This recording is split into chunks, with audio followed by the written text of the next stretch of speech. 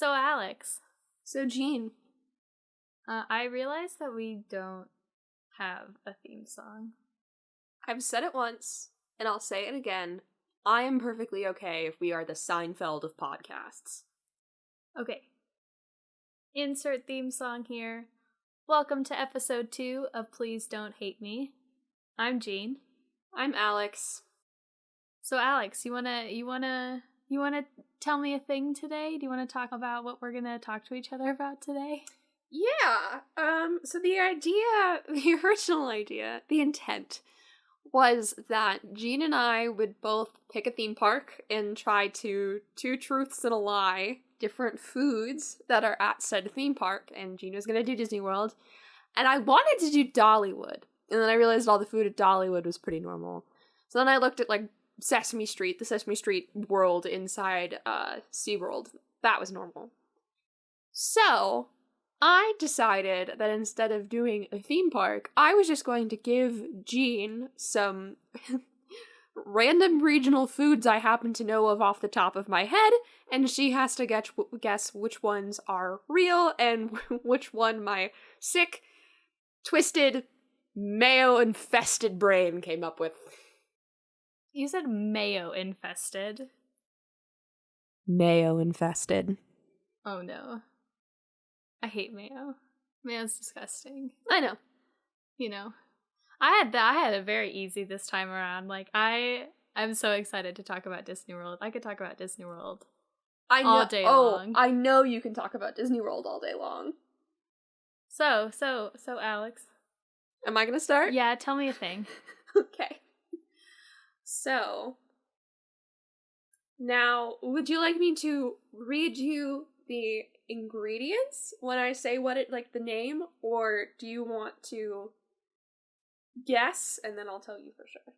Tell me the ingredients. Okay. Too. So, feel free to play along at home.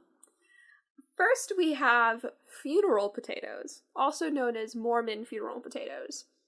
It contains onion, diced hash browns, a half a cup plus 3 tablespoons of melted butter, 2 cans of condensed cream of chicken soup, 2 cups of sour cream, 2 cups of grated cheddar cheese, and 3 cups of crushed cornflakes. Potatoes and cornflakes. Number 2 is scrapple. It's traditionally a mush of pork scraps and trimmings combined with cornmeal and wheat flour, often buckwheat flour, and spices. Then it's formed into a congealed little loaf, and you slice it and you pan fry it and then you eat it. So it's like spam. But worse. And then there's pistachio salad, which is about 2 cups of ground pistachios, a 1/4 cup of mayo, a 1/4 cup of diced maraschino cherries, and a half a cup of powdered sugar. Mayo? Really? Yeah.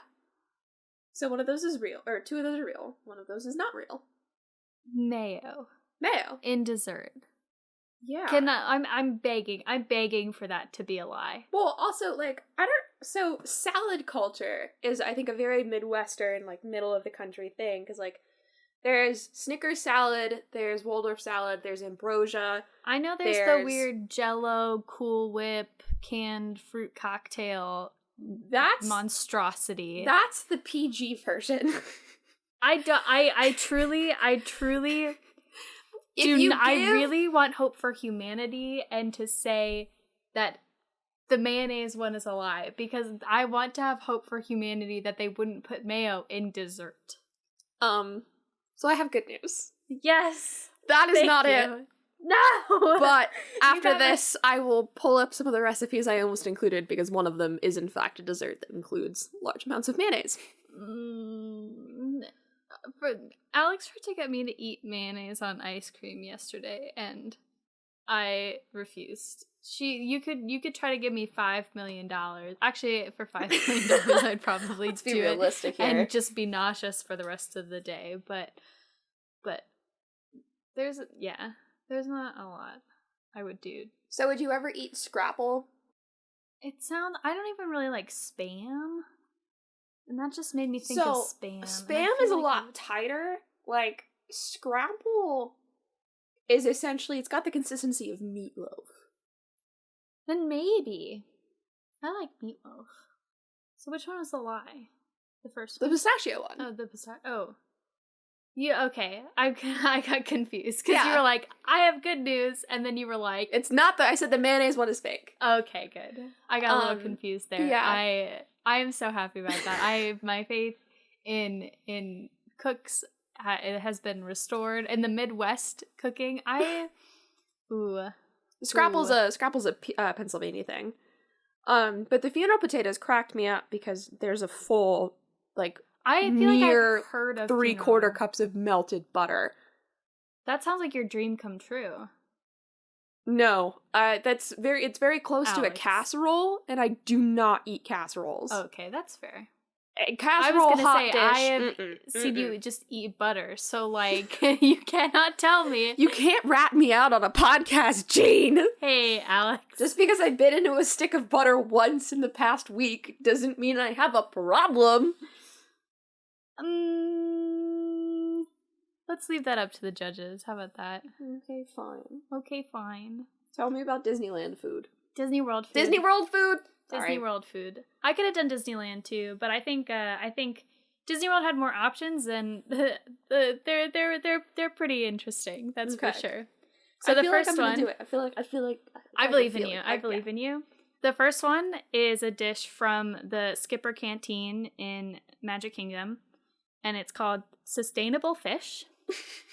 And they specify that it is not piranha, served on cassava cake with wilted greens and guava habanero sauce. They just say not piranha, don't specify what kind of fish it is. Beside the point. The next one is a dessert from the world of Pandora in Animal Kingdom. I completely forgot that was a thing.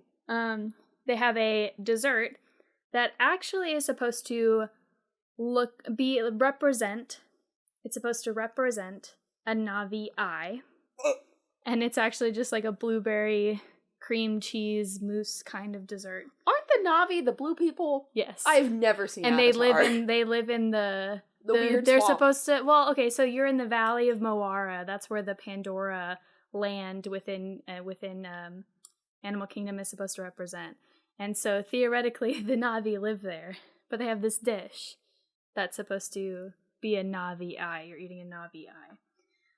And then the last one is if you go to one of the shops in Galaxy's Edge, you can get like different wraps and stuff like that, and one of the wraps actually has like what they call bantha meat in it.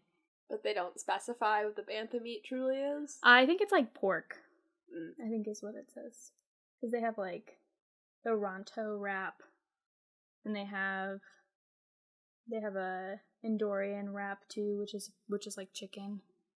Based off of so the piranha thing makes sense for like Disney World. Calling it sustainable fish is odd, but I get it. I think. The Na'vi eye doesn't make any sense, and I'm solely basing this off of my knowledge of Avatar because they're the blue people, right? Yes, that would they be are like the blue people. Disney World doesn't sell like dopey ears. Like they don't call elephant ears like the pastry like Dumbo ears or Mickey. Well, they have stuff that's called Mickey ears and it's Mickey Mouse shaped, but you're not calling it like you're not that eating character's Mickey's body ears. part. Yeah. And not because like you could eat a bantha. That's a thing. That's like a cow. They have milk. Blue milk. Blue milk. They don't have blue milk, but I'm just saying Galaxy's Edge has blue milk. Yeah. I didn't actually drink any of the blue milk when I was there. It's like coconut milk, I think, and I didn't really feel like drinking that. I'm just giving you time to stall while you think about this. I will, like you, I will answer what I really hope it is, and I really hope Walt Disney World does not serve blue people eyeballs. So, they do, in fact, have a dish. It is called a blueberry cream cheese mousse, and it's this cute little cake, and it's served with like a passion fruit curd on top. And though the menu does not say that it is a Na'vi eye.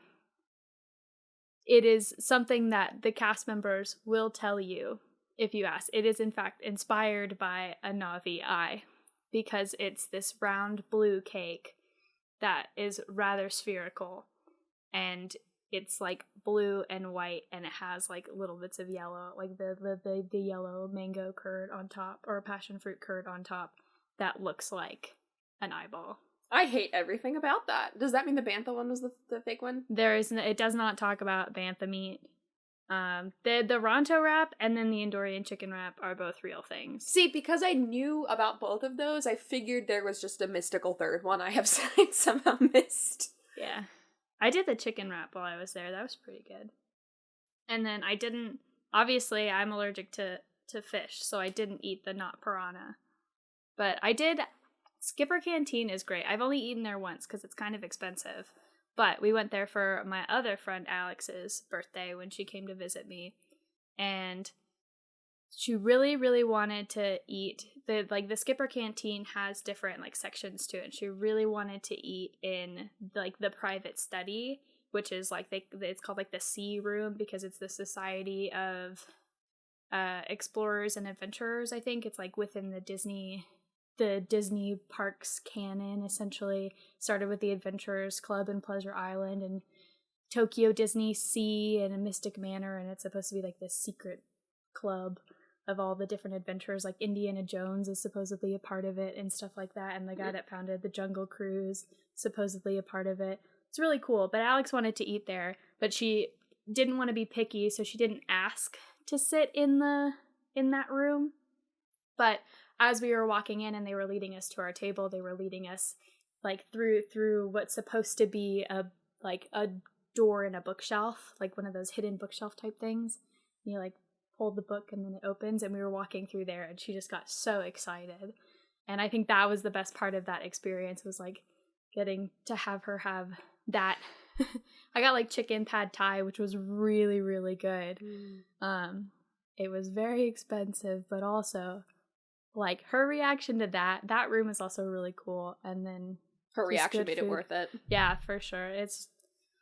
I love Disney World. I love Disney World. But yeah, I think the Na'vi eye, we had a cast member tell us that when they also have, this was going to be one of my truths or lies, but I couldn't do two in the same restaurant. But they serve these hamburger pods, which are like, yeah, they're like little bao buns, but they're hamburger. And they're also ridiculously good. So they're on like the kids meal, but it's like the kids meal. It's like one of these little pods and some chips and fruit or whatever. But they have it on their like secret menu. You can basically just order the adult meal version of it because they're interesting and good enough that adults are like, what the heck, I want one of those too, yeah. You know? Everything else they have is like rice bowls and stuff like that, which are like make your own rice bowls. That's chill. So you want to know? I love Disney World, but Alix loves talking about fan fiction. So we're gonna go and skedaddle over to Titles and Tags, I think we should call Alix's fan fiction corner. We already have Alix's dream corner. Oh, that's true. I was like, that sounds like it would be a really good name. It's because it already exists. Yeah. So we're gonna play Titles and Tags. I have picked out some fan fiction works that I'm going to give Alix the title and a handful of the tags, and she's going to have to guess what the plot is, and if she absolutely cannot guess, she's going to come up with something of her own.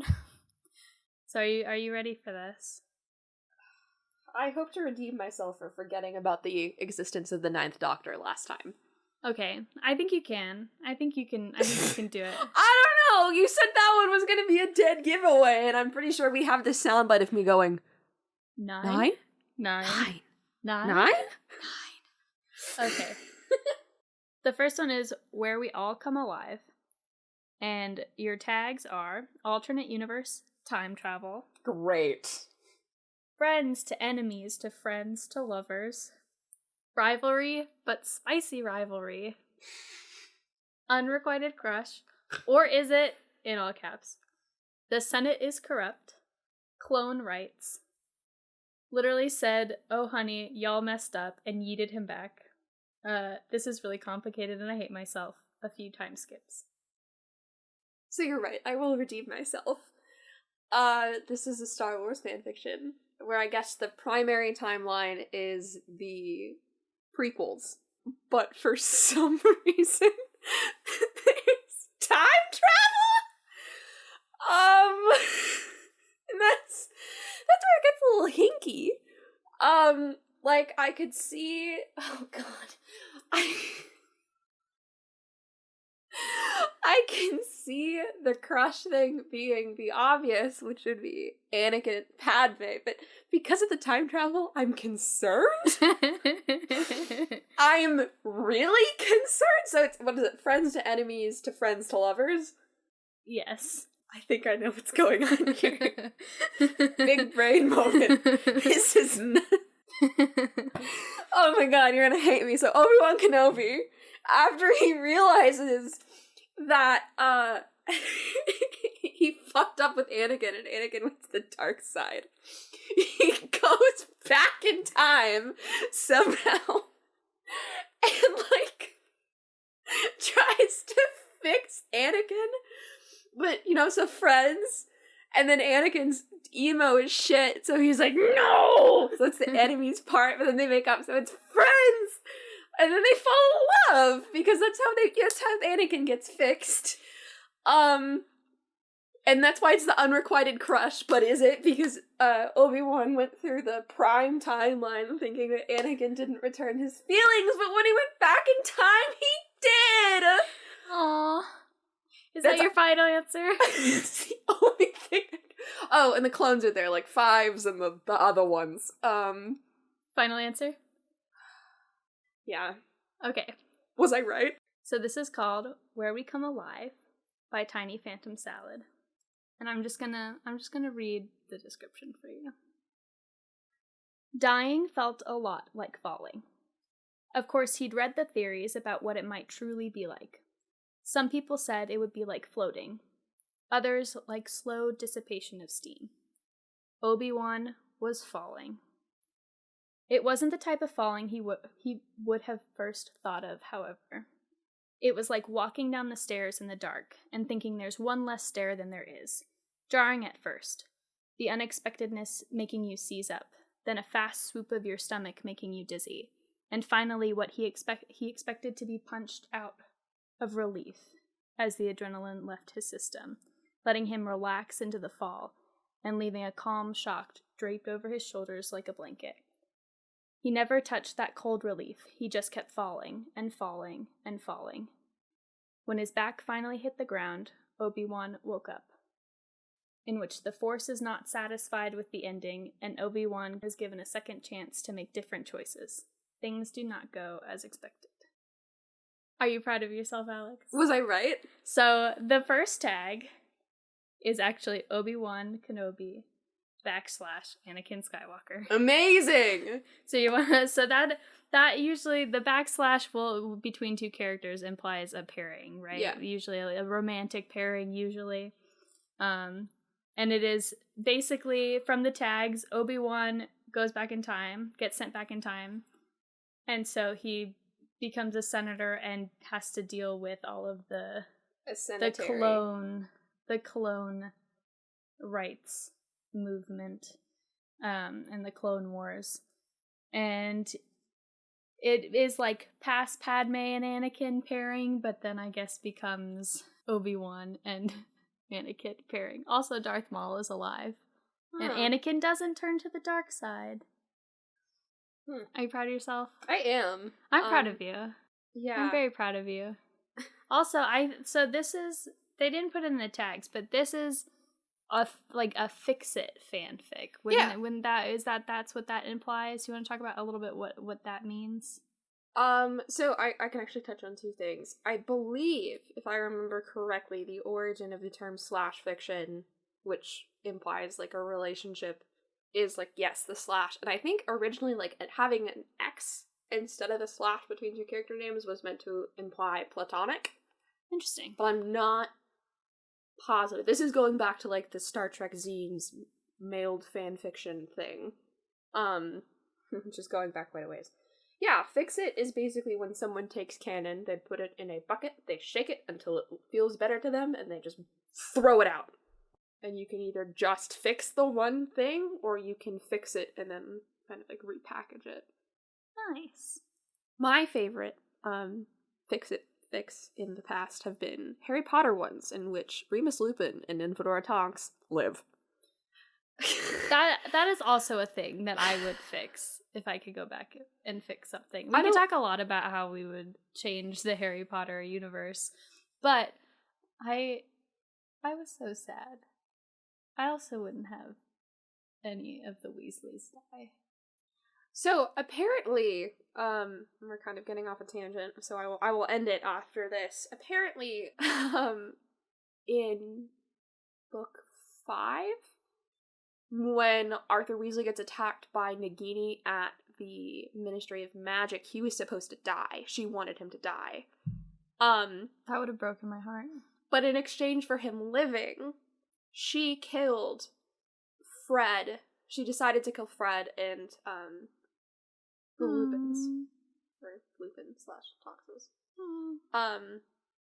That's so sad. Yeah, it was, I don't know. I like stories where everyone lives at the end. That's definitely preferable. Okay, are you ready for your next piece of Lay it on fanfiction? me. You confident going into this? You Absolutely started off on a not. good note? No, I'm fully prepared to just swan dive. Okay, so this one's called Safe to Shore, and it is a crossover with the James Bond movies. Fun fact, I have not seen a single James Bond movie, but I've seen most of the cars.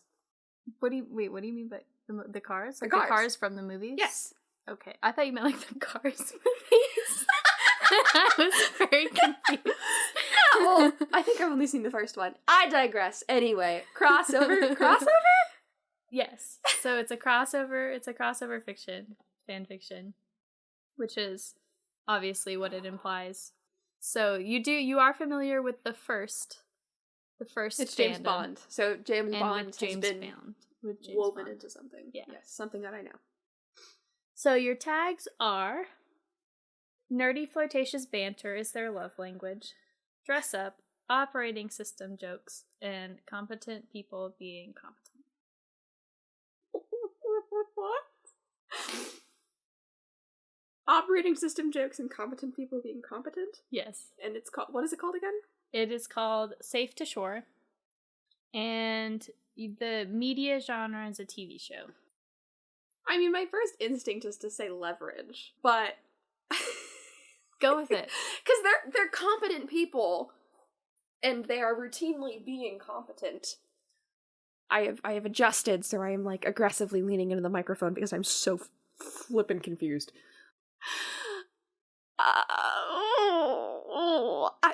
Operating systems. Maybe they're robots.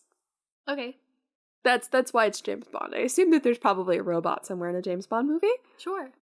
Maybe they're fighting the robots? They're stealing the robots. They're hacking into the robots. Let's steal us a robot. Yes, hack the planet. And they're stealing James Bond's robots. Because I think he'd have a robot. The team is stealing James Bond's robots. And nerdy banter is their love. It's talking about killing people or stealing things from people and leaving them tied up in closets considered nerdy? Or is it just Hardison talking to a wall? Jean put me out of my misery. Okay, so this is Safe to Shore by Hypatia.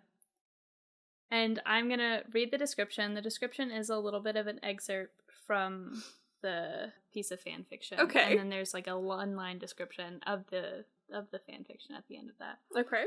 So it's, Will poured himself some tea. You tell me what materials you're using. I may be able to help you with some suggestions to reduce the friction problem. After a few minutes discussion, they'd come up with a couple of alternatives to test, and Will was making himself a list on his tablet of equipment and materials he wanted to acquire. Thank you, said Parker. Yes! Yes! I am a genius! Will shrugged. It's what I'd do. Do, after all. It's interesting, Parker said. The three of us have always had our own areas of expertise that don't overlap much. What you do encompasses all of them. Hardison brings Q home to meet Elliot and Parker. I thought Q was Morgan Freeman. Is Q not Morgan Freeman? Honestly, you're asking the wrong person. I also have never seen a James Bond movie. But, I wanted to give you a leverage one after our discussion last time. So, yeah.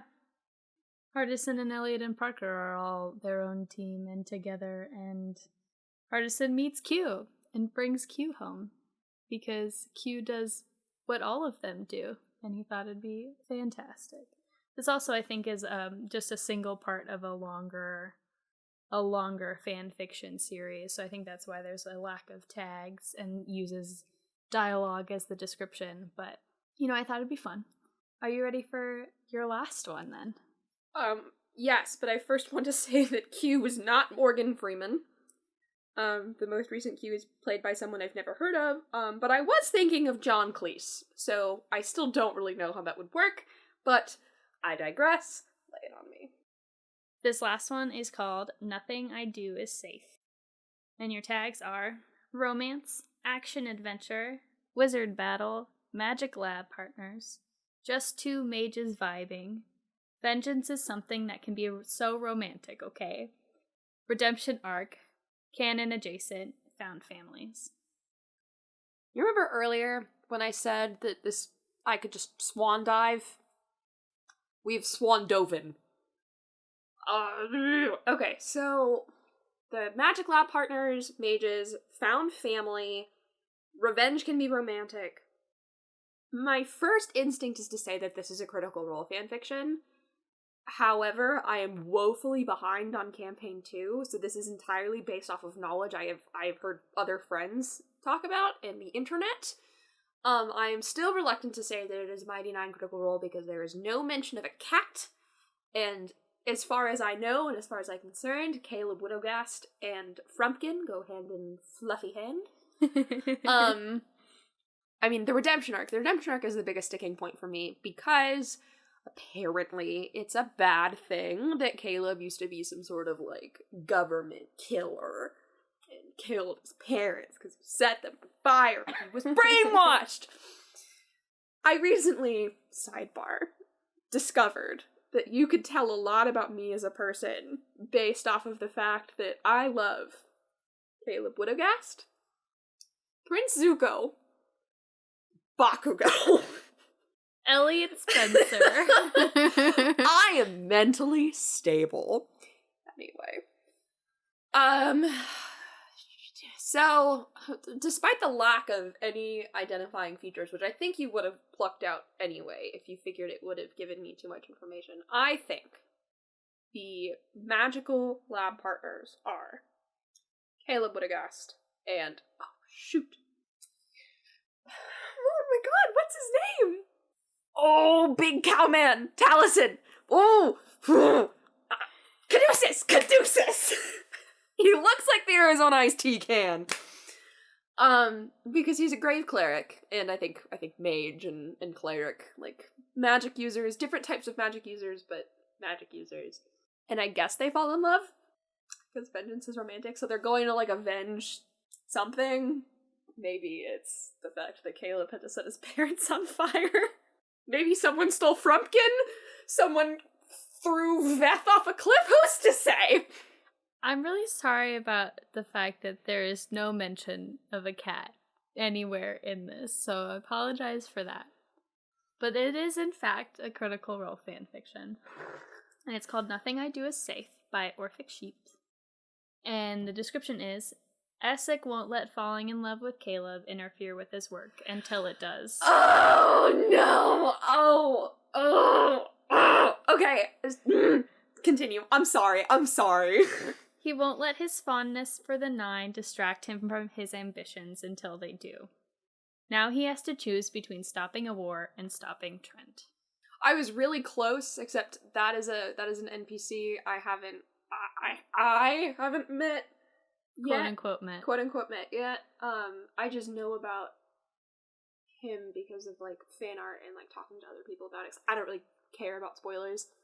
I'm still proud of myself because I got like half of the way there, and that means that kind of like 3 out of 3 of my wild, harebrained ideas turned out to be right. Yeah, I'm proud of you. I am so proud of you for getting these. I think after last time, you definitely deserved some confidence. I will say, like, I told Jean about this the other day, because she knows I've been hounding my dad every time we come out with something to listen to it. And my dad listened to it one night and then called me the next morning after he had listened to this part. And he was like, "What is wrong with your brain?"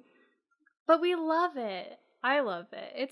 It's great. I definitely have said that before, but I think it's so entertaining and it keeps life so interesting. And my brain doesn't work that way. It's all fun and games until you have to explain to your therapist that your inner monologue is just the hamster dance. And then your therapist doesn't know what the hamster dance is. So you get to show your therapist the hamster dance. No, I had to awkwardly, I didn't think I could like pull my phone out in the middle of a therapy session, so I just kind of sat there quietly singing the hamster dance. That's even better. So you're on a roll. You got those. I did. Proud of you. You want to talk about something that I know absolutely for sure that you like know everything about at this point? Somebody. Somebody feed Alex. Somebody feed Phil. So I find great comfort in travel-based, any food-based reality television show, but specifically food-based travel shows have always been really near and dear to my heart. We've been watching a lot of Diners, Drive-Ins, and Dives, which is a show that I grew up watching too, and really liked, and has Alex's favorite Guy Fieri.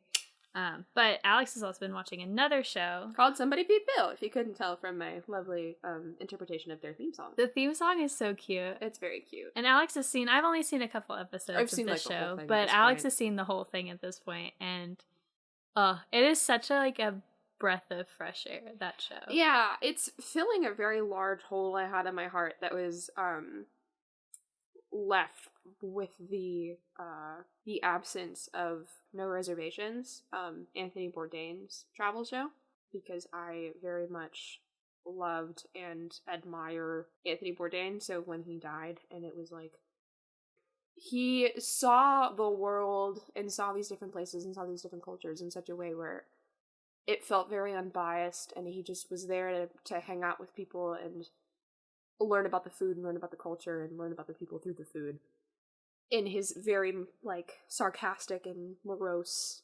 cigarette-laden way. Whereas, and, like, I loved that absolutely for what it was, because I found it, like, very comforting for some reason, like, something about his essence I found to be very comforting.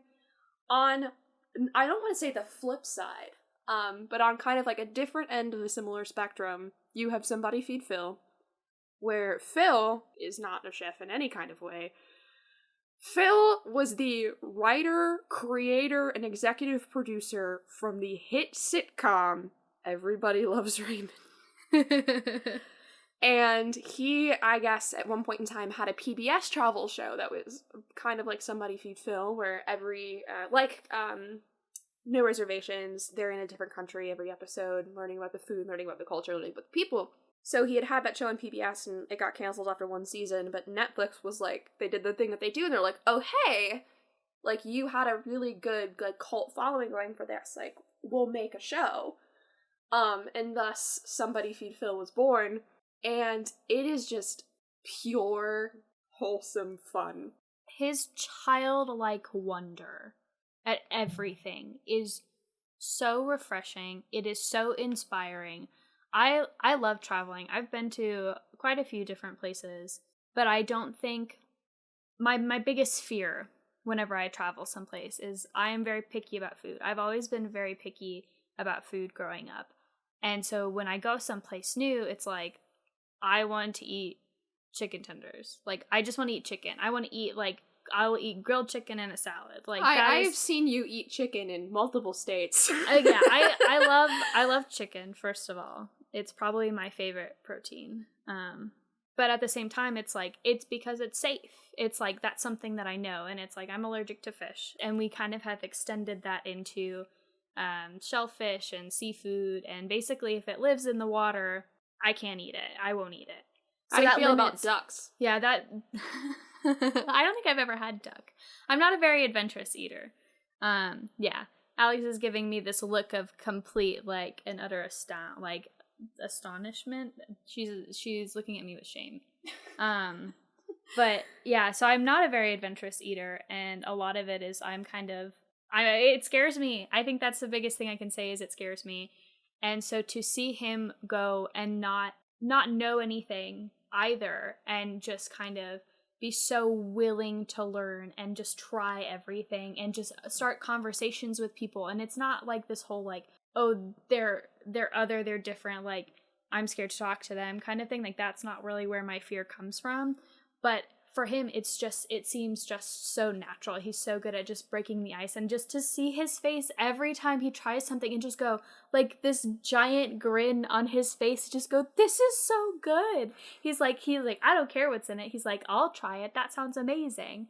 And so like that is my favorite part of the show. And then of course I love when they edit in him making like the crew eat the food too. He's like, come here, take a seat, come here, and he will like feed. He'll feed them, yeah. He'll feed the camera operators because they'll film they'll shoot other crew members going to sit down at the table with him and the people that he is like with in that country or in that place. And then you of course still have to have the camera operators there to film that at least a little bit. So he will there's actual like shots of him like holding up food to their faces, feeding the crew member, like feeding the camera operators. It's kind of cool because his brother is one of their producers who's like always on the ground with them. So I think the fact that it's a brother operation is really sweet. It's really sweet. But I think like part of this is just a hypothesis, purely a hypothesis, but because he has been in comedy and that is what he excels in, I legitimately think he's yes-anding just the world. And life. Yes, because that is exactly what it is I don't think he's said no to a single thing, or like flat no, like an absolute I refuse. Like they made him drive, steer, paddle, push a boat, right? A gondola out That's into the amazing. open water. And he was just like, okay, got up on the thing and did it. Yeah, it's a very inspiring, wholesome show, and the conversations they have too are just so eye-opening. Yeah. I remember you watching I think they were in Vietnam, and they were talking about it was a restaurant owner that had come from North Korea through China they were in South Korea. They were in South Korea. I don't know why I thought Vietnam. That's really rude. But because there was a similar toned episode in Vietnam talking about the Vietnam War. Okay. So they had this restaurant owner had escaped to South Korea from North Korea through China and opened this restaurant that was North Korean cuisine.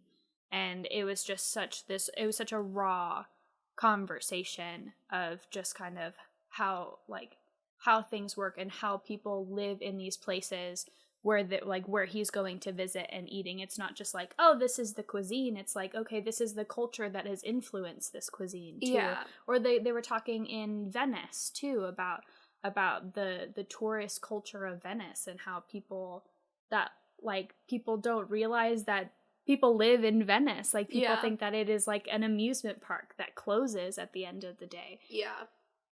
I don't know. I find it very, I thought it's soothing in a different way to me because it reminds me a lot of traveling with my family. Because specifically my dad has been almost all over the world. Like, I think he's been on every continent except for, Antarctica and Africa? I don't think he's been on the continent of Africa.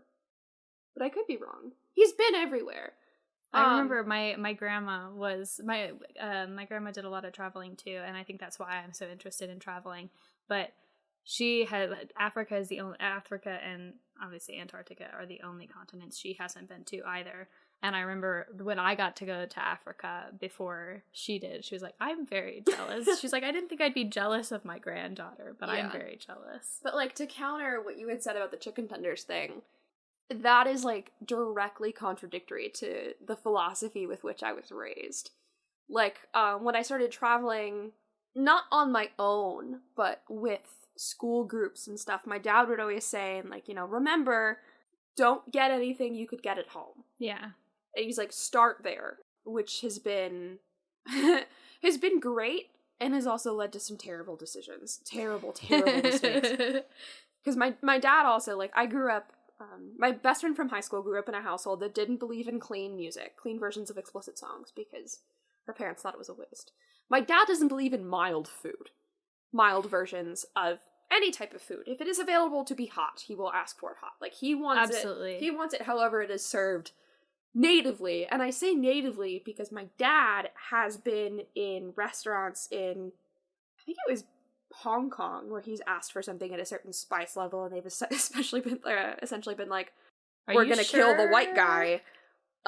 He's been like, this is hot, I'm sweating, but it's fine. So yeah, like, I love seeing other people, like, kind of throw themselves into it, especially when it comes to, like, experiencing the culture as a whole, and not just, like, solely making it a touristy thing. Yeah. I think that because they go to authentic places, and they have people who live in the country, like, go with them, and so it's like, this is where I, like, the person who resides in this place, love. Like, this is a place that I love, this is where I go. So because there's such a difference between, like, tourist spots and... Absolutely. It's like it's like that person that made the list of, like, it was like a list of places that if it showed up on any of the major travel, like, it showed up in the top 10 of any of the major travel sites, they, like, refused to list it. Yeah. Like, the one that sticks out to me the most is when they were in England, he had a friend who was, like, a food writer show him his favorite fish and chip place, and it was literally, like, I can't even say a hole in the wall, because it was almost literally a hole in a wall. I don't know, like, part of the reason I love traveling is very much, like, being able to find those places, and I get really frustrated when I feel like I can't find those places. And I was thinking about this earlier today, because I had the thought of, how cool it would be to experience New York City with just friends again, because every time I've gone back since I briefly lived there, I've gone back with, quote-unquote, an adult. So, someone who will veto me getting in a subway and just picking a direction and going, and then just finding a place to eat wherever we end up. I need to go to, like, New York with somebody like that, because I'm so much the person that it's like, I know what I like, or somebody else has like, if it's a place that somebody else has been and has showed me, then it's like, and then I have my favorites, and then I'm not going to be adventurous about it, because I won't say, this is something that I have totally created. This is a bubble I have created for myself. My parents were always the don't knock it till you try it kind of people. You have to try it once kind of people. And then I have just kind of created this bubble of, nope, I like what I like, and that's it. And so I definitely, this show I think it was so, like, shows like this are so inspiring of just kind of like, life's too short to live that way. Coming into things with that philosophy, I think, was what made my time in New York as, like, transformative as it was, because we found some weirdo places. Like, weird places. I remember, I think it might ended up having been a chain, but for, like, the 8 of us who were there, we had never seen anything like it before. Kind of that requires context. So it was me, I was from Wisconsin, I'd been to the city a couple times before. One of my friends was from Indiana. I don't think she'd ever been before. One of my friends was from North Carolina. I don't think he'd ever been before. Guy from Puerto Rico, a guy from the BVI, British Virgin Islands, 3 Canadians, and a girl from Brazil. So anything, most things that we were going to run into were going to be brand new for at least half of us. But we found this place that was kind of like what is that thing? Not a laundromat.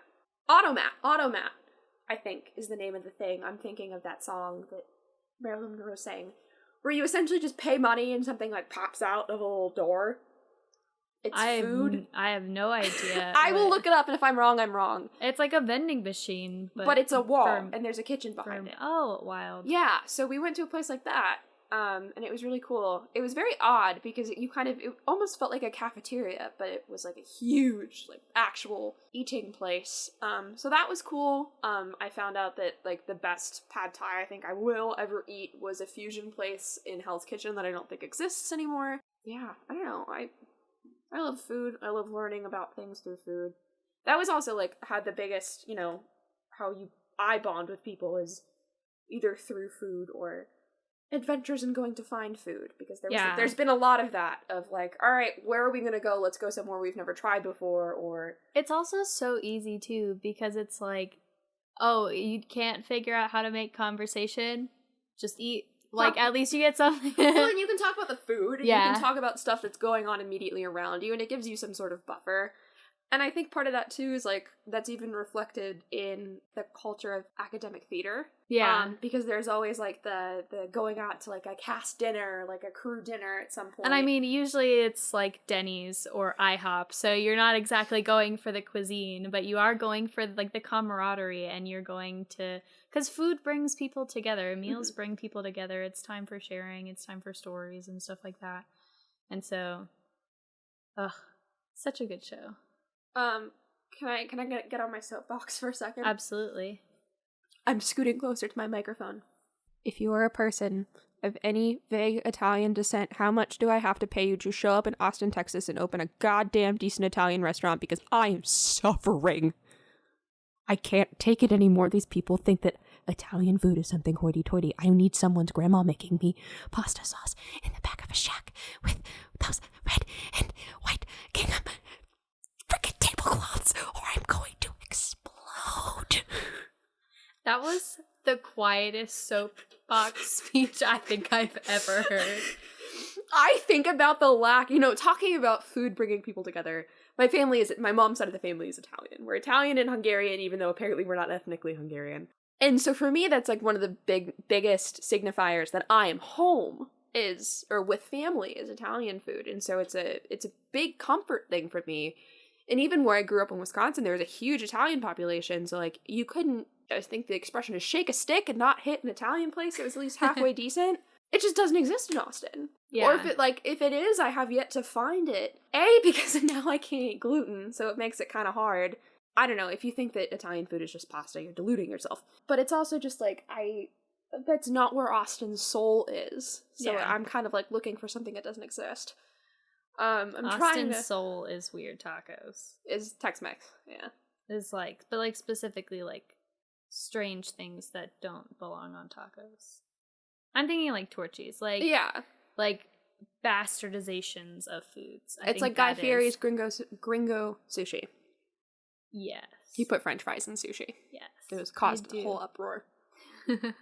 He also put potato chips on cheesecake, so that was good though. That was good. We went to a place in Louisville a couple years ago where we went for drinks and dessert, and there were 2 desserts on the menu. It was something I definitely couldn't eat. Yeah, pudding with like cookies or something like that, and then something cheesecake challenge. Yeah, pretty much. It wasn't a challenge for sure, but it was half of a cheesecake, half of a swirled vanilla and like cream, like marbled. It was a half a marbled cheesecake. Marbled cheesecake with covered pretzels in and hot fudge and pecans and potato chips. chips. And it served like, it was a literal half of a cheesecake. It was served like on its side, so it was like a smiley face with like these chips stuck in it.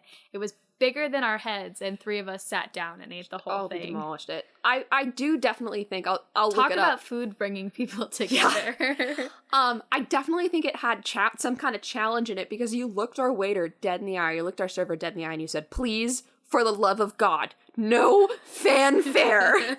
I cannot stand like birthday songs at restaurants, and like when they like ring a bell.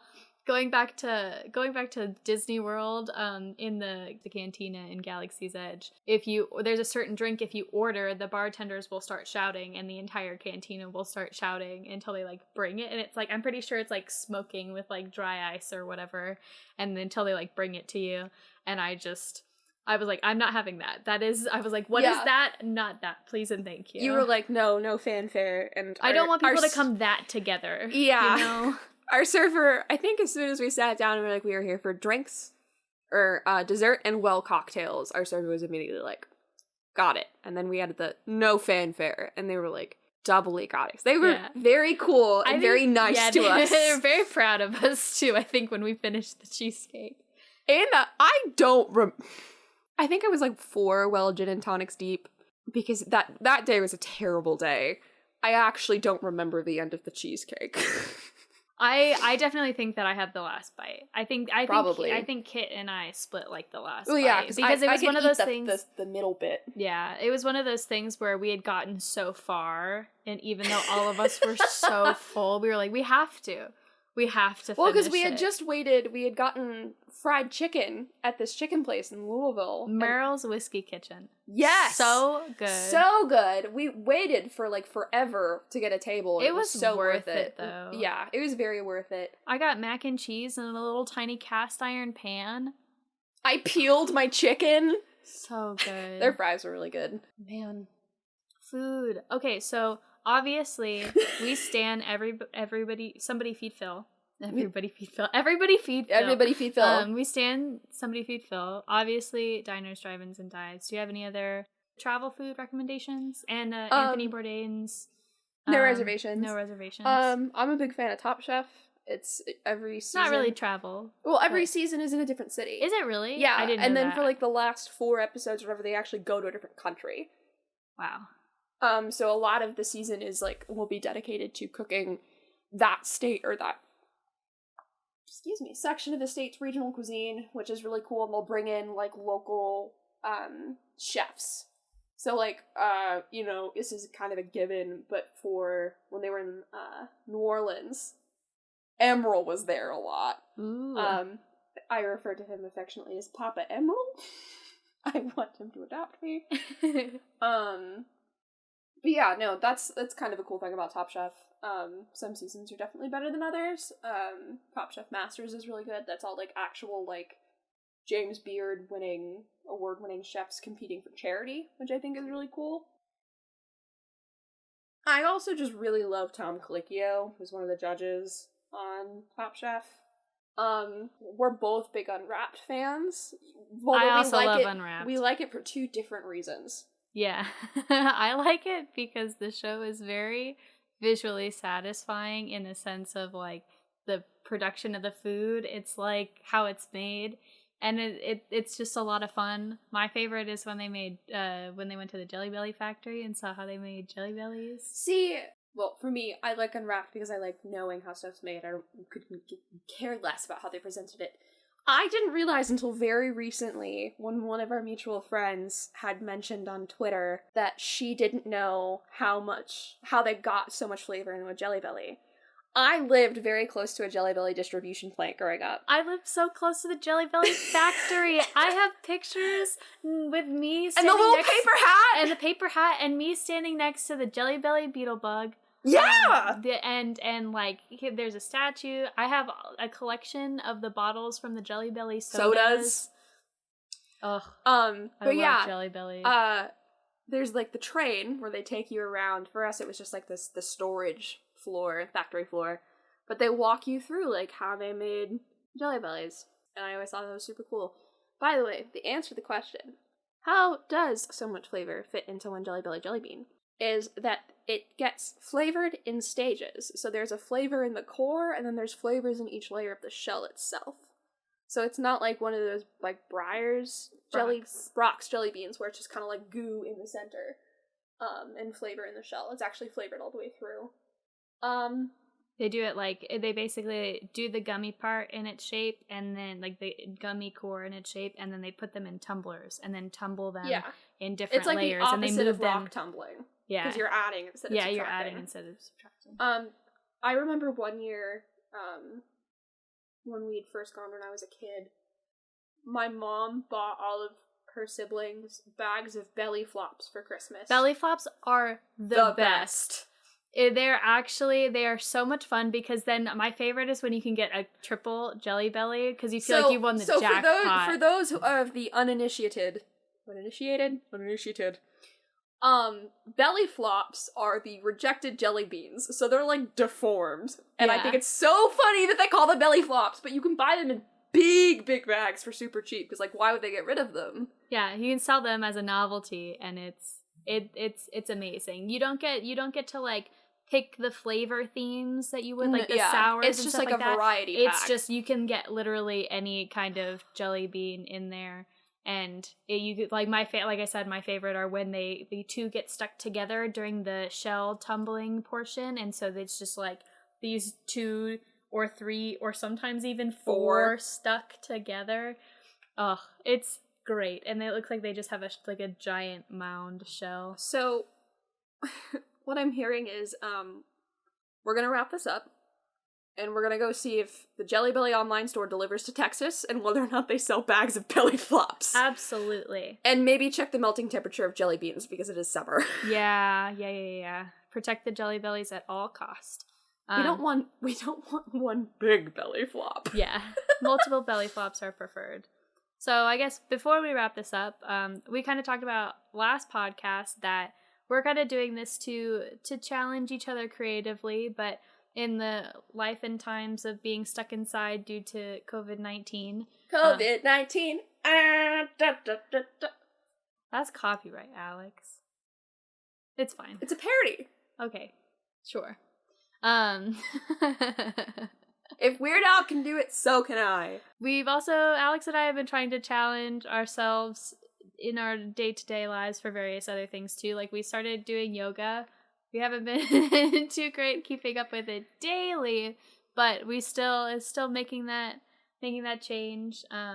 One of the other things, we wanted to kind of do individual challenges for ourselves too, and we encourage you guys to find some way to challenge yourself in your everyday life. So for this week, I'm going to purchase a book series, and I'm going to try to finish at least one of them.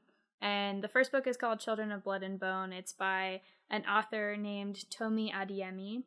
I'm really trying. I read a lot of young adult fiction, but a lot of young adult fiction are very white authors, and most of the time I just kind of choose books at random. And so I'm really trying to make an effort to read more books by authors of color and really try to diversify what kind of books that I am reading to be able to support those authors, so that way other people can see themselves represented in media as well.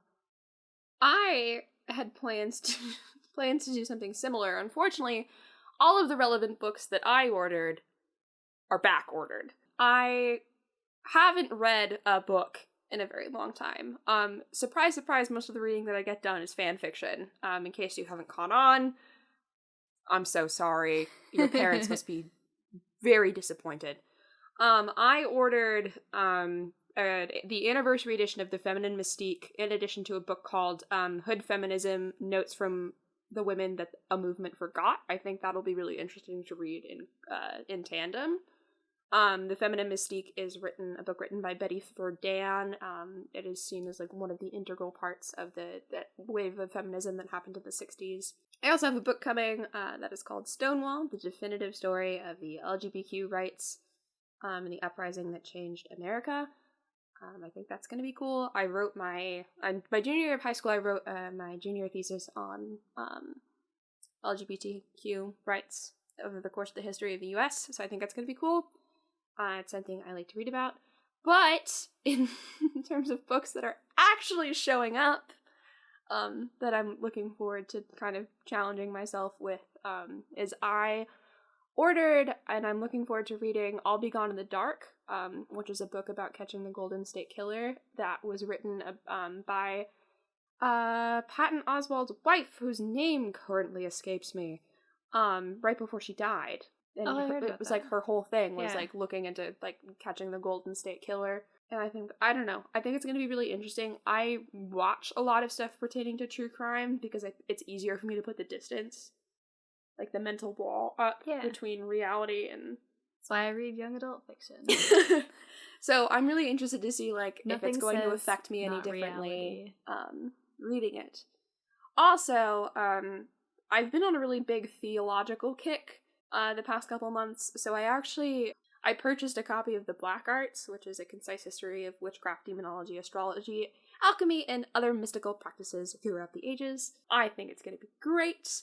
I have a jar of grave dirt on my desk, in addition to a bottle of a couple different types of rocks and dried flowers and cat whiskers. But yet, you get offended when I call you out for eating butter. Yeah.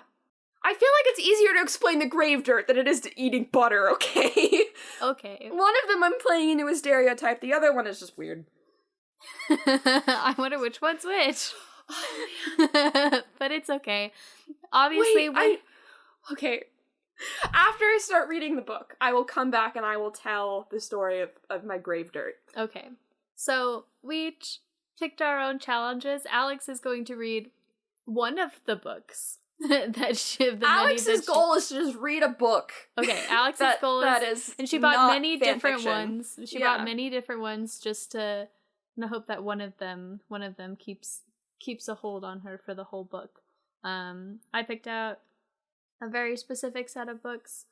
I encourage you, listener, to pick out something in your everyday life to challenge yourself, whether it is reading a real book, reading a book, whether it's reading 3 articles from the newspaper every day, whether it's practicing drawing every day, doing a little doodle, working on your photography, talking to somebody you haven't talked to in a while, calling your parents.